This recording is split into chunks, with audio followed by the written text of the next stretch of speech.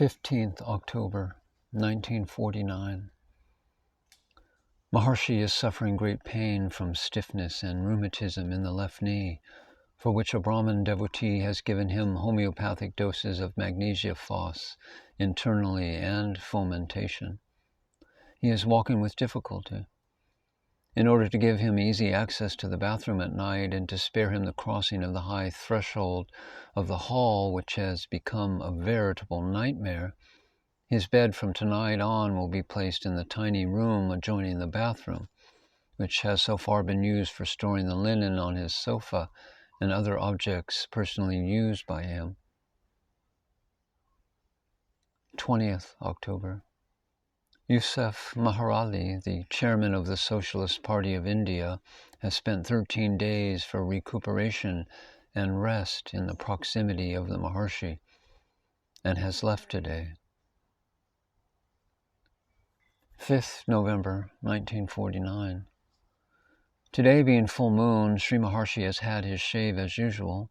There has been no Parayanam in the hall in the evening, but a big puja in the temple because of an important Hindu festival.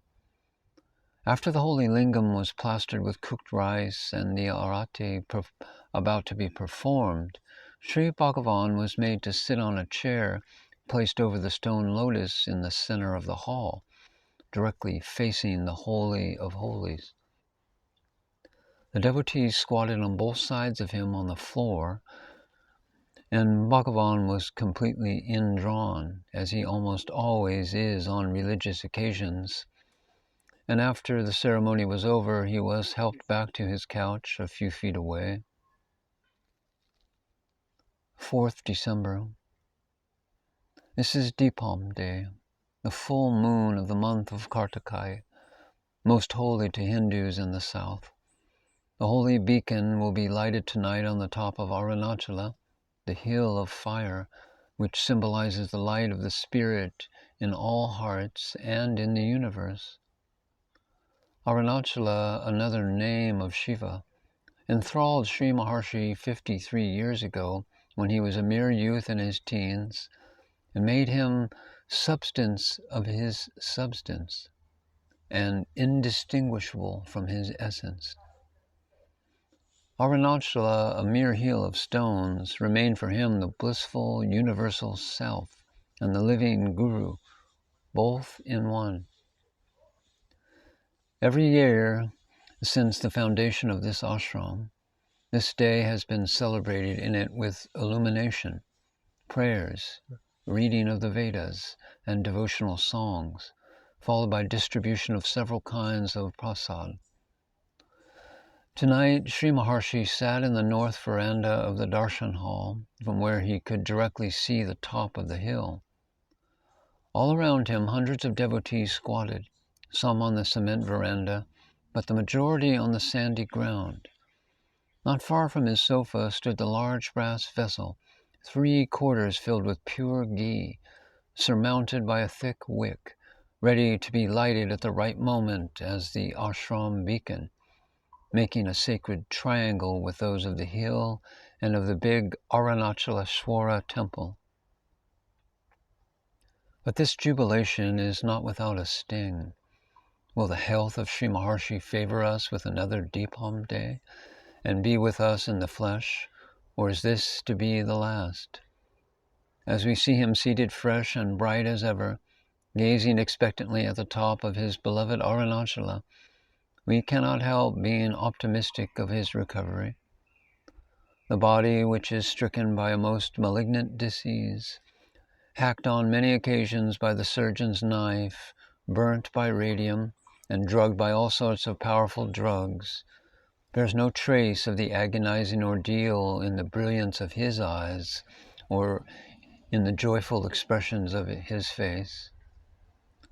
What miracles are being performed in it? What are its mysteries?